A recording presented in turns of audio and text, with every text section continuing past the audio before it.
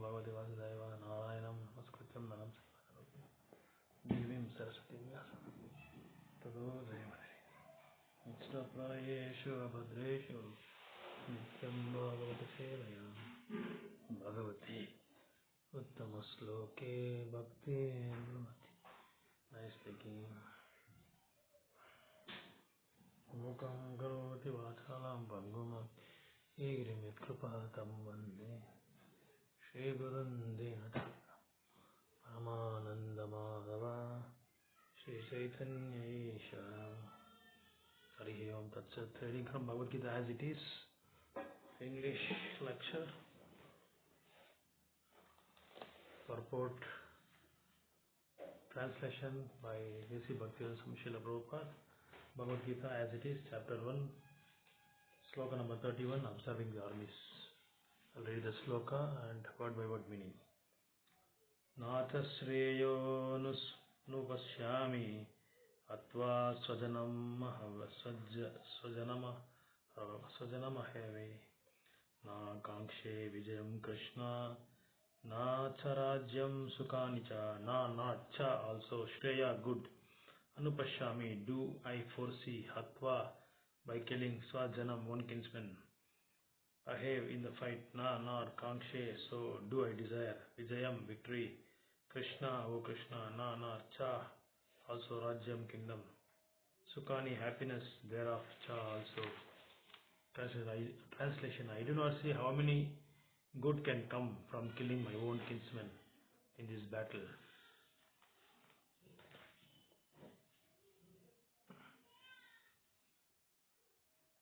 Nor can I see my dear Krishna desire any subsequent victory, kingdom or happiness. Purport by Srila Prabhupada ki Jai. Without knowing that one's self-interest is in Vishnu or Krishna, conditioned souls are attracted by bodily relationships, hoping to be happy in such situations. In such a blind conception of life, they forget even the cause of material happiness. Arjuna appears to have even forgotten the moral codes for a Kshatriya. It is said that two kinds of men, namely the Kshatriya who dies directly in front of the battlefield under Krishna's personal orders, and the person in the renounced order of life who is absolutely devoted to spiritual culture, are eligible to enter into the sun globe, which is so powerful and dazzling. Arjuna is reluctant even to kill his enemies, let alone his relatives. He thinks that by killing his kinsmen there would be no happiness in his life, and therefore he is not willing to fight, just as a person who does not feel hunger is not inclined to cook. He has now decided to go into the forest and live in a secluded life in frustration. But as Kshatriya he requires the kingdom for his subsistence, because the Kshatriyas cannot engage themselves in any other occupation. But Arjuna has no kingdom. Arjuna's sole opportunity is gaining kingdom lies in fighting with his cousins and brothers and reclaiming the kingdom inherited from his father, which he does not like to do. Therefore he considers himself fit to go to the forest to live a scheduled life of frustration. So as we have seen in the previous classes that Arjuna was unwilling to fight with his relatives and friends. So he is reluctant because of that conception that he doesn't want to fight with his relatives and friends, because they are all his own kinsmen. So he doesn't want to fight with them. So that is why his hairs are standing and he is shivering. His Gandiva bow was he is trembling and his hair is standing on end, and his Gandiva bow is slipping from Arjuna's hand, and his skin is burning. So all these things you have seen. But now in this particular 31st sloka he says that 31st sloka, that due to his impatience Arjuna was unable to stay on the battlefield because of all these reasons: trembling, hair standing on end, hairs are burning, all because of all this, and Gandiva bow is slipping from his hand. Because of this uneasiness in his mind and body, Arjuna was not able to stay in the battlefield. So they just want to quit from that place because of that bayam. So bayam means it is a material. It is a symptom of materialism. In Bhagavatam also it says bayam dvita Bhayam dita abhiniveshata. Such fearlessness and loss of mental equilibrium takes place in persons who are too affected by materials. So, as we have discussed in the last class, that if anyone gets a reversals in his life, or if anyone humiliates us, or if anyone handles us physically, or if anyone threatens us, we will also get that situation. We will get that bhayam, we will get that fear. So we will be trembling, and our knowledge will be stolen by Maya. We cannot do anything at the time. So if during those conditions, during such a plight, a person can take the shelter of the divine nature, take the shelter of Supreme Personality of Godhead. So then all his fearness will go off. So, but problems will come, even though if you are devotee, the distress conditions will always come. But we'll have strength, we'll have knowledge, and we will have discrimination power to sort out the problems. So that is that in 31st sloka, two important points are considered to be very important. That is Shreya and Preya. Shreyas means ultimate goal. Prayas means only for the temporary period. That is the material consumption. So, like example, Prabhupada gives, if a child wants always to play, but father says, no, you should not play, only for a little while you should play, then you got to study, otherwise you will not pass in the exams. So that is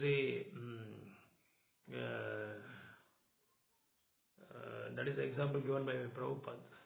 So because that is natural, quite natural. If you analyze that, if child always keeps playing, how he will get good marks in the society, in the exams, and he cannot get through, he will be detained. So father says, please come back, come home, study, and write your exams to get high, to score high marks. So that means the father is telling for the ultimate purpose, for the ultimate goal. But here Arjuna, we can see, he is trying for a prayas, because prayas is material consumption. His mind is filled with the material consumption. So he is lamenting. So if I kill my kinsmen, if I kill my own brothers, cousins, sisters, so what will be their condition, and who will be there after my victory? There will be no one will be there. So how can I enjoy? So that is called society. That is called Griha Kshetra.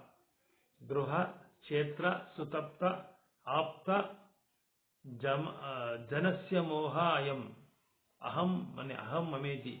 In Srimad Bhagavatam 5th canto it says, 5th canto, 5th chapter, 8th sloka, it says that Griha Kshetra Sutapti Apta Vitair Janasya Mohayam Aham Mameti. That means Grihastha. Griha means home, house, and Kshetra means land. Sutapta means sons. Apta means friends and relatives. And Vitair means money. So from this we can understand that Grihastha means there are four types of ashramas. Brahmacharya ashram, Grihastha ashram, Vanaprastha, and Sannyasa ashram. So Grihastha means he should have wife, children, everything. So to maintain wife and children, he needs some money. So he works hard like anything. So that is not wrong. But what Shastra says, you can do vivahas, you can do vivaha, you can beget children, but you can also have money. But the thing is, ultimately we should have that Shreya. So the ultimate goal should be Shreya. That means Chanakya Pandita says, because if you have wife and if you don't have children, that is also Sunya, he says. Because Chanakya Pandita, he says in one sloka that Putrahinam Grihasunyam. So if a Grihastha doesn't have children, that means it is Sunyam, zero. So one must have children. So to have children, we should marry. So we should marry, we should have wife, children, everything we should have. And we should earn also for a limited number of hours. And the remaining hours should be allocated to serve Guru and Krishna, to do devotion service. So we should not slog like hawks and pigs, hawks and donkeys. Go always keep on getting up in the morning, early morning, from 6 a.m. to till 11 p.m. Slog. So that is not the qualities of a grihastha. A grihastha should have wife, children. He should work hard to maintain his family. But in all his activities, from morning till night, Krishna should be centered. That is, he is a grihastha. He is the real grihastha. So that is why it is called ashrama. Ashrama means there will be some shrama will be there, some pain will be there, some austerities will be there. So what is that austerity? Very simple austerity. Keep Krishna in the center, do all your activities. That means whatever the Shastra recommends and whatever the scripture recommends. That's what the main point to be focused here. So we have to throw light on the Grihastha ashram here. So Grihastha ashram means we can have everything, whatever the Shastra recommends, but the Krishna should be centered in all our activities. And our goal should not be Preya. Preya means it is only for a temporary life, like in Bhagavad Gita, Arjuna says, telling my children, my kinsmen, my society, my people, my cousins, my guru, and my pitamaha, everything he says, my society. So because if everybody kills, there is nobody to enjoy. So we have that nature of enjoying with everyone. We cannot enjoy alone because others should boost me, others should praise me, others should appreciate me. So we expect such type of a glorification, which is not at all healthiest spiritual progress. It is detrimental to the Krishna consciousness. It will be distortion to the Krishna consciousness. So here the real ultimate goal is Shreya, because we should please Krishna, we should please the Supreme Personality, we should please God. Then only all the activities will be purified. All the activities, the chitta is purified, the consciousness is purified. So the division, there are four varnas and four ashramas. Brahmana, Kshatriya, Vaishya, Shudra, and Brahma. Ashramas are four ashramas. So Arjuna is here Grihastha. So just because Arjuna is a devotee, Bhaktosumi, Sakosumi, because he is a devotee and he is a friend, that is why Krishna is disclosing all his Bhagavad Gita. He is giving all the instructions how a grihastha should be and what is his goal should be and what is Shreyas and what is Preyas. So there are three types of devotees: Kanishtadhikari, Madhyamadhikari, and Uttamadhikari. Kanishtadhikari sees only about the material. Kanishtadhikari here focus only on the deities, but he doesn't value or he doesn't respect or he doesn't give any due respects to the devotees. But the Madhyamadhikari, he serves the deities also in a proper manner and he serves devotees in a greater manner. But the Uttamadhikari sees everybody in equal. He sees everybody as a part and parcel of the Lord. So here in our modern society, everyone goes to the Lord, give me daily bread, solve all my problems. I'm very distressed. There is a sloka Krishna says in the 4th chapter, 7th chapter, 14th sloka, I think. Chaturvida bhajante mam sukritino arjuna arto artarti jignasi. And there are 4 types of people who surrender to Krishna. Artho means for material consumption. Artho means very distressed. If one gets very distressed in his life, problematic in his life, if his life becomes problematic and he doesn't want to live, then he surrenders to Krishna. Another one is for material desires, for money.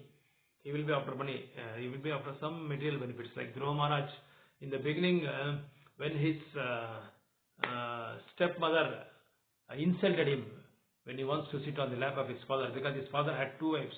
The first elder, he doesn't like his elder the first wife, and he likes his junior wife. So when Dhruva Maharaj wants to, but his father, Dhruva Maharaj's father also doesn't like the way his junior wife has treated his first wife's son. But still, he was not able to do anything when the stepmother insulted Dhruva Maharaj. So Dhruva Maharaj immediately went to his mother and inquired about that. Then Sunisi told, you must go to the forest and you must do devotional service. Then only the Lord will answer all your questions. So that time he had that material benefit. He wants to have some material benefit. Like he wants to have a kingdom greater than his great grandfather Brahma. So that is not bad. One can have these activities, because there are three types of activities: impious activities, pious activities, sinful activities. So you can have pious activities, but after pious activities are purified, then we can take the platform of spiritual. We can enter into the spiritual platform. But but impious activities, like another sloka, Krishna says, Namam duskritino muda naradama prapadyante. He says there are four types of people, four class of men who doesn't surrender to Krishna also. They are not surrender to Krishna. That is Naradama, the lowest of mankind. Maya apahruta, the foolish people, the Maya apahruta gnana, their knowledge is stolen by Maya. And one more is, the last one is, they are atheists, Nastikavadis. These four class of men they will not surrender to Krishna. So that is why one should not hanker, or one should not have any attachment towards the enjoyment in the material life, because the enjoyment in material life, the happiness in material life leads to definitely grief or distressed. He will become very distressed. So material happiness, because this this material world is not permanent, and our happiness is also not permanent, because Krishna says it comes and goes. Sitosna sukha dukkada agama apaya nityo tam sisiksasva bharata matras pasastu kaunteya sitosna sukha dukkada, Krishna says in 2:14, second chapter 14th verse. So this is not permanent. It comes and goes. But when you please Krishna, because there are two kinds of activities are there. One is dying in the battlefield under the vision of Krishna, and another one is without Krishna's presence. If we do any other activities, then definitely we will go to hellish planet, because Krishna is not centered in those activities. So better lead a grihastha life, because we cannot renounce everything. That is impossible, highly impossible. But we can renounce things which are not favorable to Krishna consciousness. So, but anything which is recommended in the scriptural injunctions can be taken up, and we can keep Krishna in the center and lead a very good spiritual life, so that we can go to the kingdom of Godhead, where there is no fear, no birth, no death, no old age, no disease, no adhyatmik, no adibhautik, no adhyatmik, adibhautik, and three kleshas, adidaivik. So all these things are not there in the kingdom of Godhead. So we should strive for the ultimate goal of life, that is Shreyash. Should try to have ultimate goal of life. And here Arjuna has totally forgotten about Krishna or Vishnu, because as a conditioned souls we are attracted by bodily relationships, hoping that to be happy in such ways. We will always have a plan, like 5-year plan before we had in 1960s. so that we also have very good plan that we'll increase our bank balance, we'll increase our business. So in next year we are having this much budget, this much target. So we must earn so much. So we must buy different. If we have rented house, we can. So we'll plan for a own house. Then when we get the own house, we'll plan for one BHK to 2 BHK, 2 BHK to 3 BHK. So it keeps on multiplying and goes on. So as the material desires goes increasing, as it multiplies, then the lesser will be the Krishna consciousness, the lesser will be the devotional service, and the intelligence will get stolen away. So ultimately we'll forget the Krishna consciousness. So we will end up in a distress ultimately.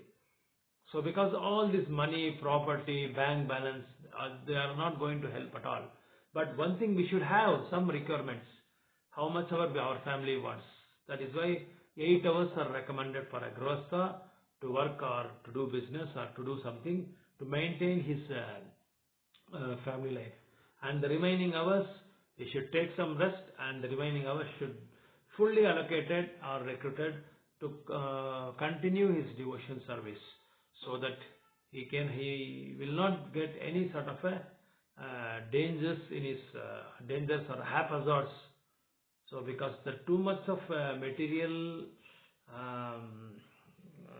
desires, if you develop, then the material desires is the ultimate danger in our life, because we can experience in our life itself. The more and more we are involved in earning the crores and millions of rupees, definitely our health will get deteriorated, our consciousness will get deteriorated, our peace of mind will vanish like anything. We will not have any peace of mind, because there is no spiritual balance is there. There is no spiritual inclination is there. So because of this, we will be totally depressed, and ultimately we will be hospitalized, and will not be doing, our life will become colossal waste. Hare Krishna, Krishna Krishna, Hare Hare, Hare Rama, Hare